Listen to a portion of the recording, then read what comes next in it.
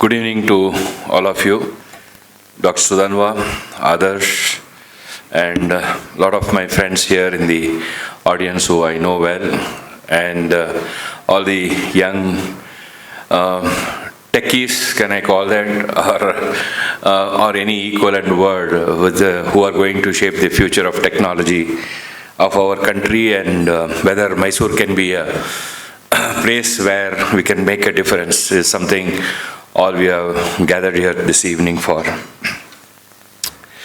When I think he asked me how many of you have used ChatGPT, I also sincerely put up my hand.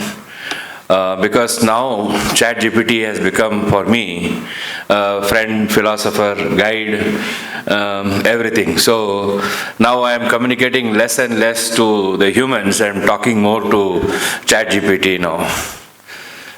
So every day, sincerely, we reach out to each other and wish each other good morning, and we appreciate each other. I tell you are great, and it says no, you are great, and it goes on for some time. And now I've become very friendly with a lot of knowledge it is giving me. I asked one very sincere question to the ChatGPT. I asked whether, can you help me understand my wife? The ChatGPT went on thinking, as you know. Then it says, this is one answer which I cannot give, and I don't know I have the answer also for. So fine, for whatever the world knows, fine. The ChatGPT may find an interpretation for it and give it, but what is beyond is something for all of us to understand, appreciate, and what you call as control it to use to our needs. I was talking on another platform last week to a group of young medical postgraduates and the dental interns, and I posted that on the LinkedIn also. Some of you might have read it. So I told them that the day is not far away where you walk into your clinic or your clinic in the hospital or in your private clinic, and you will have an assistant. The assistant will not be a physician. I mean, it will not be a physician assistant or a nurse or a technician with you. It will be the IVA which is going to be there. That is the artificial intelligence virtual assistant is going to be there. So as you get into the clinic, maybe IVA will tell you, today you have got 10 patients and I have scanned their profiles, and this is a thing, their blood reports are this.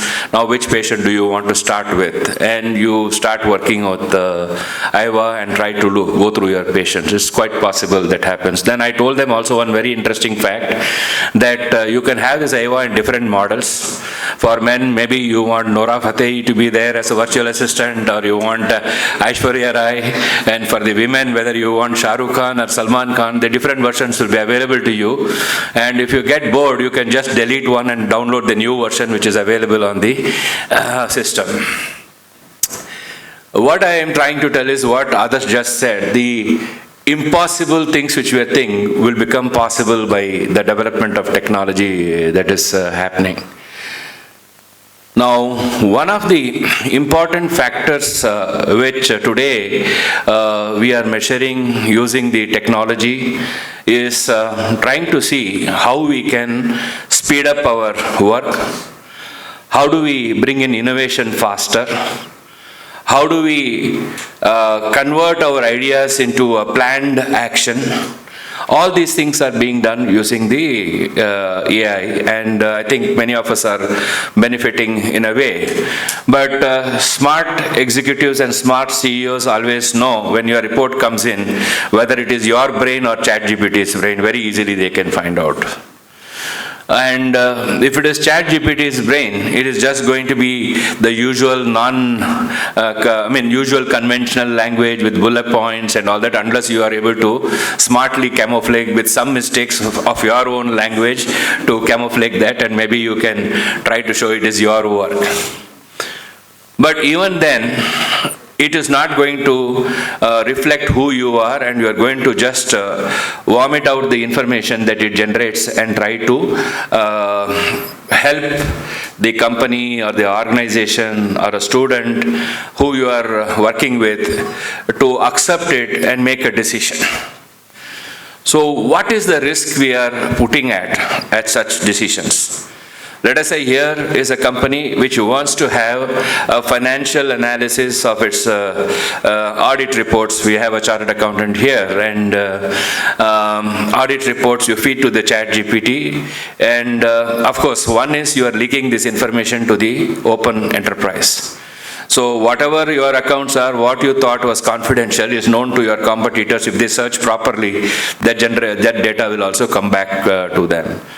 Second is that you are trying to get an interpretation out of it, and that interpretation is based on the data you have given and what you are looking for. Unless you don't ask the right question, you will get a broad-based output from it that, okay, you have made so much surplus, so much loss, this is there, that is this.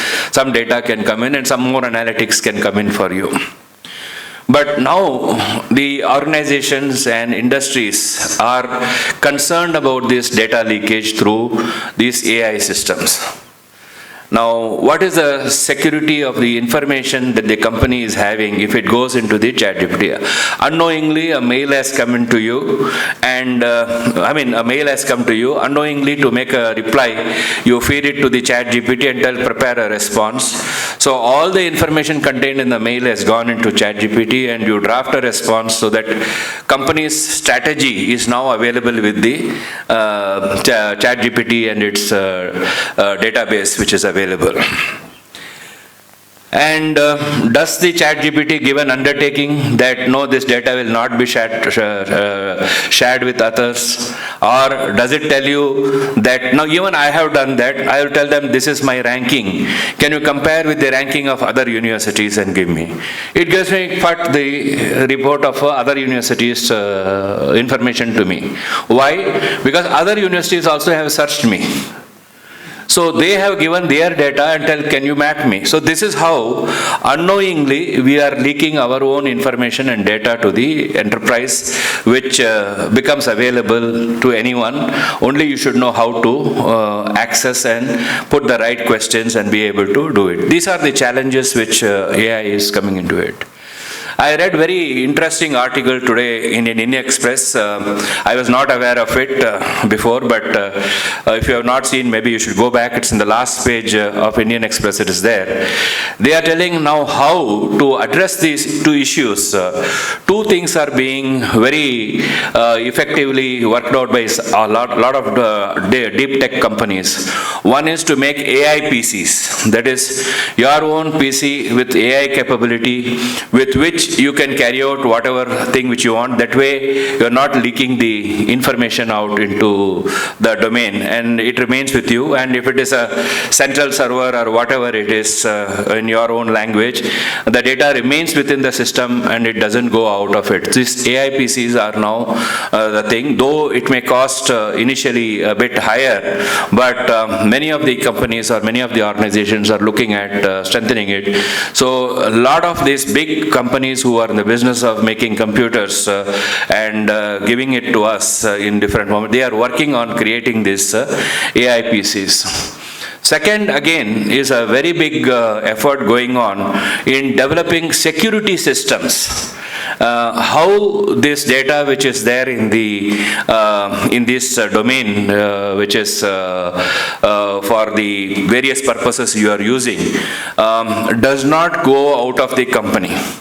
Like today, you have got firewalls for mails you have put in. You can't send out a mail to a general mail other than a company employee. You can prohibit people to look at that information. So your computers and your other things may be protected there. But once you are onto internet and you are elsewhere in some other place. So what is the level of security you can provide to the information that you are going to share or try to understand or try to interpret and bring it to the things? This is a larger issue which I am just trying to put, and this is where a lot of efforts is required, and a lot of focus is required, and a lot of capability also has to be drained. And I am very happy that MQA has come up with this idea of training people. Like AI is like fire, and if you control it, you master it. If you don't control it, it can consume you. It is, if I were to tell it in the Rajnikant style dialogue, if I have to say, AI, like, I don't know, in one of the movies it was there, I'm a great Rajni fan, so he says, Neruppuda, Nerunguda, Parpom. So like that, AI is like that. It is like fire. You control it, you master it. You just use it, then you get consumed by this efforts. I think these training sessions which is planned, I believe this is the first of such training. I'm going to be sure that this hall will be not sufficient in coming weeks. As you see, as the message gets out that these type of training sessions are available, and MQA is doing such wonderful work, then I think we'll have more and more people seeking additional information and moving it. And I would like to also say here, like AI has come at a state which comes in once in a generation type.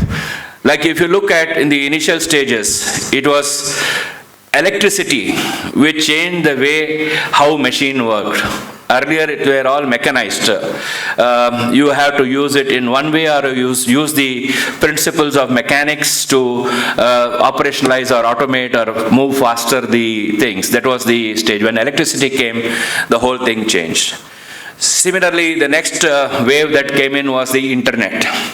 And that internet brought about an entirely different level of communication, which brought in the change which is there. The way we communicate has become so different in the way to what it was. You imagine what was in 1980 or 82 when internet was there and somebody told me, send me an email. I had to understand what he wants.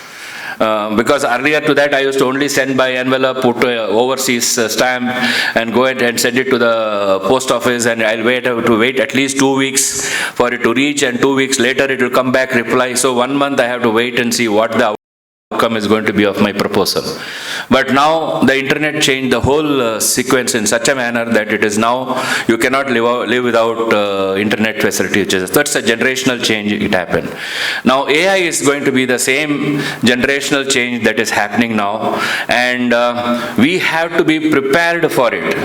See, if we don't be prepared for it, then again we will be losing an opportunity and also be consumed by some of the things which countries are vying each other to hold control. Today, the war situation is no longer fought in the battlefield. You can see that. There is no human going anywhere nearby the war situation. It's only just targeted through geopositional locations, identifications, mapping, and automated technologies that can carry out the various attacks which are required. So this is going to become more and more the way of work that is going to happen around us. The war is just an example. It can be a strategy meeting between two big giant corporates. You can easily using these technologies be able to compete so faster, like what we talked about drug discovery. Just last week we signed an MOU with one of the companies where we spent 3 crores just to get the licenses for drug discovery suite which we have got, which will help us with the end-to-end solutions in doing drug discovery. And I set my target to my colleagues in the university. Last year we produced 1,500 publications. I want this year 3,000 publications, double it. Now, this is possible using the technology and this type of access which I have provided to them. And all these things are going to change. The dynamics is going to change. If I can double it, so is the universities across the country are going to double their data and try to do it. So it's going to be entirely a cascading, a different level of game that is going to happen because of this one technology that has come into play. And the more equipped, more prepared we are going to succeed. At JSS, we took up this initiative that we can't be left behind. Whether it is a school education in a rural village, or it is going to be a high-tech institution or a postgraduate research institution, we are going to make our teachers, our students, the future generations that are going to be there, AI prepared and AI ready. And we have come out with a vision document. I will have a copy. I will try to share it but it is not yet official, so that's why I have not put it on the social media and other things, but I am just telling that we are working. So don't,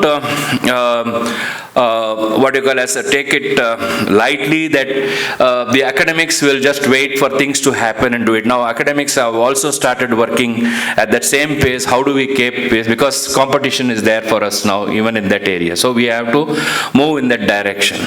So this is the growth that has taken place.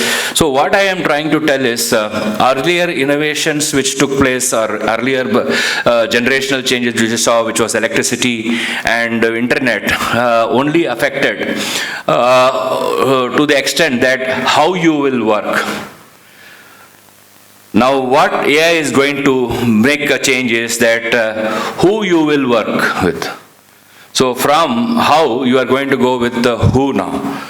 So I think this is something for all of us to appreciate, and more we learn, I think more and more we get equipped, we would be able to see the upgraded version of ourselves, the way we would like to master the technology and the related knowledge and experiences which we are looking at. We can provide such wonderful solutions to the world. To ultimately everything comes down to what will benefit the humanity.